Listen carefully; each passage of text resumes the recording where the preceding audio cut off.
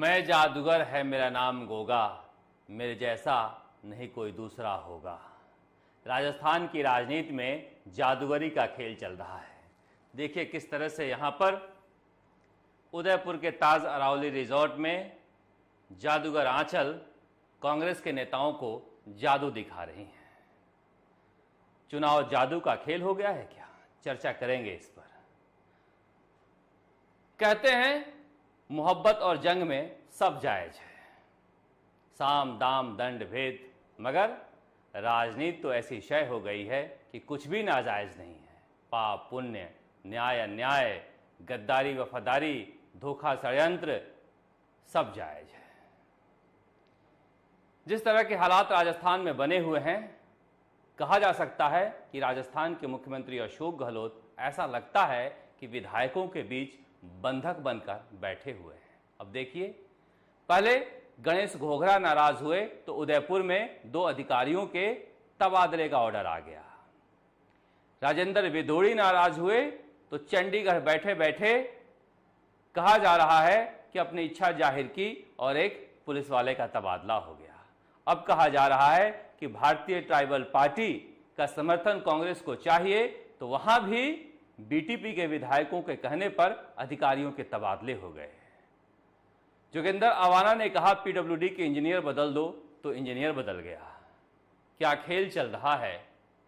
कैसे कैसे खेल चल रहा है? क्या इस तरह से राज्य की राजनीति चलती है कि राज्यसभा चुनाव के बदले विधायक इस तरह से ब्लैकमेलिंग करें और मुख्यमंत्री अशोक गहलोत सारी बातें मानते चले जाएं?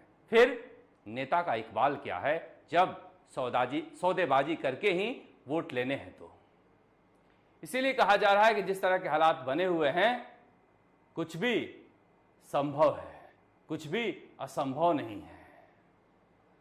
अभी तक भारतीय ट्राइबल पार्टी ने कांग्रेस को समर्थन देने की घोषणा नहीं की है। हालांकि अखबारों में छपवा दिया गया है कि उन्होंने समर्थन का ऐलान कर दिया, मगर वह कह रहे हैं कि अभी हम विचार कर रहे हैं, हमारी बहुत सारी मांगे हैं, वो मांगे मान लेंगे तो हम समर्थन कर देंगे।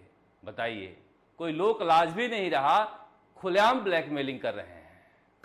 बलजीत यादव के बारे में भी कहा गया है कि वो आज पहुंच जाएंगे, मगर वह भी कह रहे हैं कि हमारी कुछ मांगे हैं, वो मांगे मान ले तो ही हम वोट देंगे। राष्ट्रीय लोकतांत्रिक पार्टी के नेता हनुमान बेनीवाल ने कहा कि मुझे तो कांग्रेस और बीजेपी दोनों के खिलाफ लड़ना है, इसलिए मेरे लिए यही अच्छा था कि मैं निर्दलीय के साथ जाता और निर्दलीय के साथ गया। मगर जैसे ही वो निर्दलीय उम्मीदवार डॉक्टर सुभाष चंद्रा के साथ गए, उनकी नई नई दुश्मन बनी कांग्रेस की विधायक दिव्या मदेरणा ने कहा, मैं पहले से ही कह रहा हूं ये बीजेपी की डमी पार्टी है। मगर हनुमान बेनीवाल के पास इससे अच्छा ऑप्शन था भी नहीं, क्योंकि घर बैठने का कोई मतलब नहीं है जब राज्यसभा चुनाव में वोट पड़ रहे हो तो। मगर जिस तरह से विधायकों की लूट हो रही है और विधायक लूट कर रहे हैं, यह राजस्थान की राजनीति का शर्मनाक और अद्भुत नजारा है। कहा जा रहा है कि जो विधायक अब तक बाड़ेबंदी में नहीं पहुंचे हैं, उनके रिश्तेदारों के यहां भी पुलिस पहुंच रही है। पुराने मामले खोले जा रहे हैं। बहुत सारे प्रशासन और पुलिस के अधिकारी घूम रहे हैं। अब देखिए, बलवान पूनिया तो कम्युनिस्ट पार्टी के विधायक हैं, मगर कांग्रेसियों से ज्यादा कांग्रेसी हैं। वो बाड़ेबंदी में पिछली बार गए थे, इस बार नहीं पहुंचे हैं, तो उनके घर भी पुलिस लगा दी गई है। हालांकि जो परिपत्र जारी हुआ है उसमें कहा गया है कि ये हरियाणा बॉर्डर से आते हैं, इनकी सुरक्षा को खतरा है, इसलिए 4-1 के पुलिसकर्मियों का सुरक्षा घेरा लगा दिया गया है। गिरधारी मैया जो कम्युनिस्ट पार्टी के दूसरे विधायक हैं, वह भी कहा जा रहा है कि कांग्रेस के साथ जाएंगे, क्योंकि बलवान पूनिया का कहना है कि इनका काम भी हमने बहुत कराया है, तो यह एहसान चुकाने का समय है। मगर क्या कोई एहसान फरामोश भी है क्या? अगर कोई एहसान फरामोश नहीं है तो फिर मुख्यमंत्री अशोक गहलोत डरे क्यों हैं? वसुंधरा राजे इतना सक्रिय क्यों हैं? वसुंधरा राजे को ऐसा लगता है कि कहीं कुछ गड़बड़ हुआ तो मेरे ऊपर ना आ जाए। याद है, पिछली बार शोभा नाम के विधायक का वोट गलती से गलत पड़ गया था। अब गलती से गलत पड़ा था या फिर जानबूझकर गलत पड़ा था, इसके बारे में कुछ भी अब तक साफ नहीं हो पाया है, मगर बीजेपी डरी हुई है, इसीलिए रिजॉर्ट में है।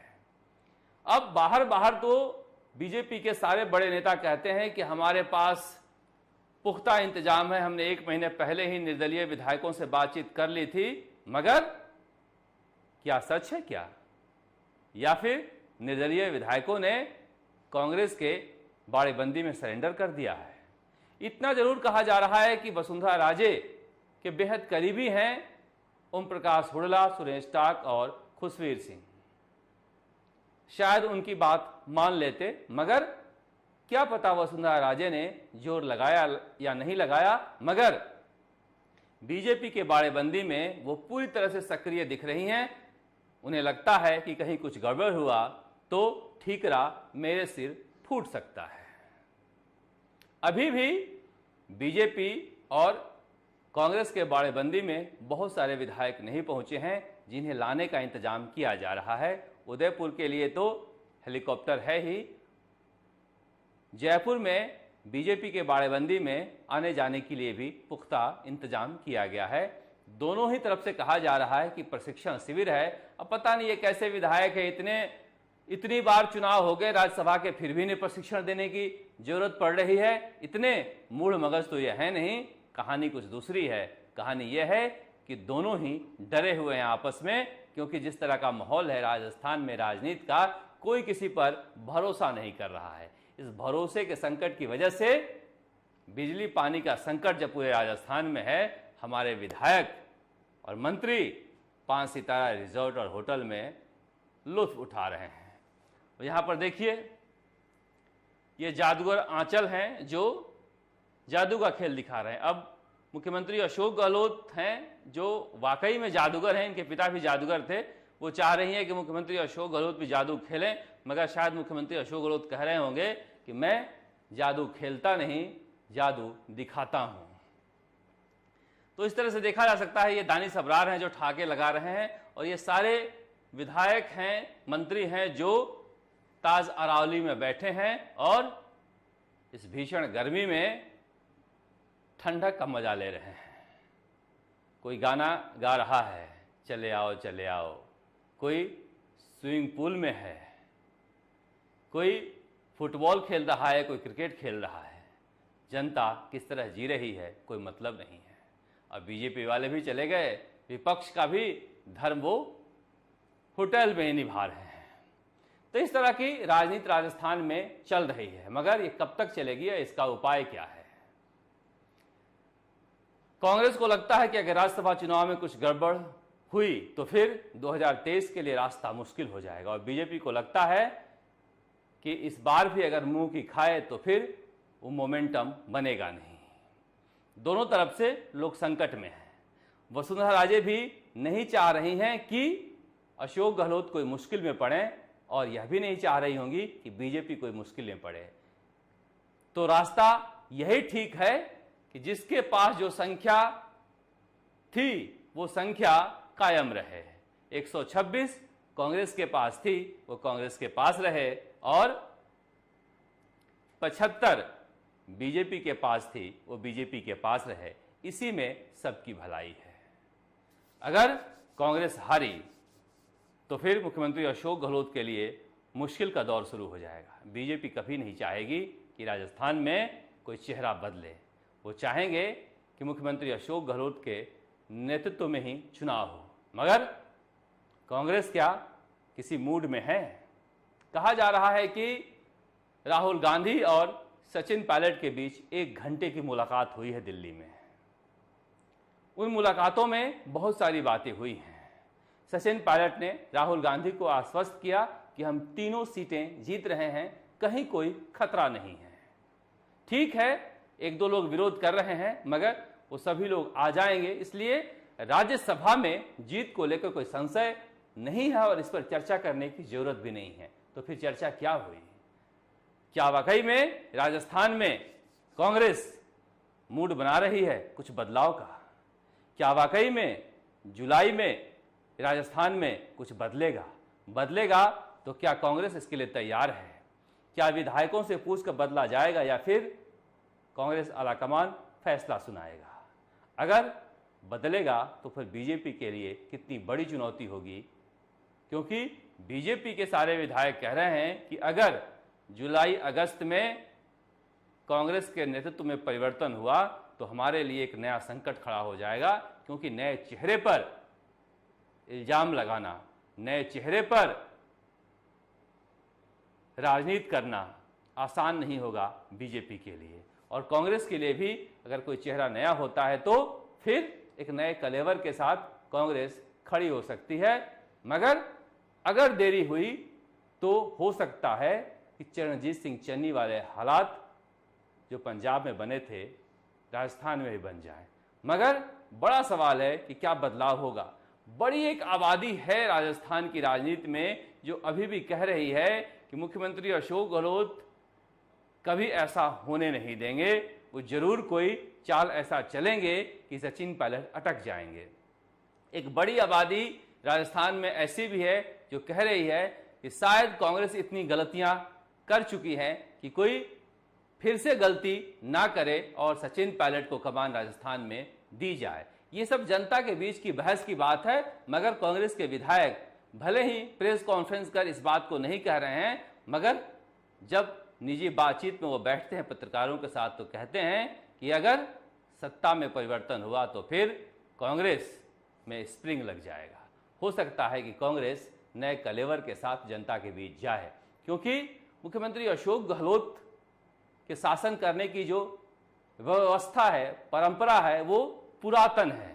ऐसी बात नहीं है कि उनकी योजनाएं गलत होती हैं, मगर उनकी योजनाओं का क्रियान्वयन अगर जमीन पर जाए तो ठीक से दिखता नहीं है, जिसकी वजह से जनता में वो संदेश नहीं जा पाता जो जाना चाहिए। इसके बावजूद कि मुख्यमंत्री अशोक गहलोत की सारी योजनाएं शानदार हैं, अगर वो ढंग से लागू हो जाए तो फिर कांग्रेस को कोई रोक नहीं सकता है। मगर बड़ा सवाल है कि पिछली बार भी एक से बढ़कर एक योजनाएं मुख्यमंत्री अशोक गहलोत ने दी थी, फिर भी 21 सीटें आए। राजनीति में सुशासन और योजनाओं के अलावा चेहरे का भरोसा भी बड़ा मायने रखता है। एक भरोसेमंद चेहरा हो जिस पर लोग भरोसा करें, यही तो प्रधानमंत्री नरेंद्र मोदी देश के सामने रखे हुए हैं। कुछ भी गड़बड़ हो जाए, कुछ भी गलत हो जाए, विपक्ष चाहे लाख मुद्दे लेकर आए, मगर जनता में प्रधानमंत्री नरेंद्र मोदी को लेकर इतना भरोसा है कि चुनाव दर चुनाव वो चुनाव जीत रहे हैं। और यही भरोसे का संकट कांग्रेस के पास है, चेहरे के भरोसे का संकट। मुझे लगता है कि अगर कांग्रेस तरीके से काम करे, अगर कांग्रेस जीतने के लिए काम करे, तो राजस्थान में कम से कम चेहरे का जो संकट है, चेहरे को लेकर भरोसे का जो संकट है, वो खत्म किया जा सकता है। मगर फिलहाल तो राज्यसभा चुनाव पर सबकी नजरें लगी हुई हैं कि क्या होता है, कैसे होता है।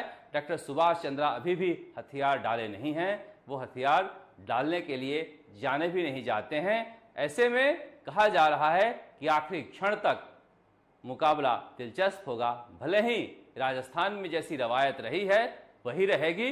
राजस्थान में कभी भी कोई सत्ता के खिलाफ नहीं गया है। लोग कहते हैं कि मुख्यमंत्री अशोक गहलोत जादूगर हैं, इसीलिए सियासी संकट के समय सरकार बचा लिए, राज्यसभा चुनाव ही बचा लेंगे। अरे इससे बड़ा सियासी संकट तो भैरव सिंह शेखावत के समय आया था, जब सरकार गिर रही थी और वो बीमार थे, तब भी सरकार बचा लिए थे। राजस्थान में किसी जादूगर और गैर जादूगर की बात नहीं है, यहां सरकार गिरती ही नहीं है। जब दल बदल कानून नहीं बना था तब भी यहां पर अल्पसंख्यक सरकारें चलती थी, वो गिरी नहीं। इसीलिए जादूगर कहकर महिमा मंडन करने के बजाय राजस्थान की राजनीति को देखें तो यहां पर कभी भी सत्ता का विरोध नहीं रहा है। जो नेता रहे हैं वो सत्ता के साथ रहना चाहते हैं। भले ही भैरव सिंह शेखावत के समय जनता दल से आए विधायक हो, वह भी बीजेपी के साथ रहे और सरकार बची। इसलिए कोई एक बड़ी बात नहीं है कि यहां पर किसी व्यक्ति की वजह सरकार बची हो। आज अगर सचिन पायलट को कांग्रेस आलाकमान फैसला कर ले कि वो मुख्यमंत्री होंगे तो एक विधायक भी नहीं जाए वहां पर मुख्यमंत्री अशोक गहलोत के पास। इस तरह की राजनीतिक रवायत रही है राजस्थान में। लोग यहां पर खुलेआम विद्रोह करते नहीं हैं, पीठ पीछे भले ही बोल लें, मगर सामने आने पर वह हमेशा सत्ता के साथ रहना चाहते हैं और यही राज्यसभा चुनाव में भी दिखाई दे रहा है। इसीलिए कहा जा सकता है कि कांग्रेस फिलहाल कंफर्टेबल स्थिति में है और हो सकता है कि तीनों सीटें जीत जाएं। राजस्थान तक के जयपुर से शरद कुमार, नमस्कार।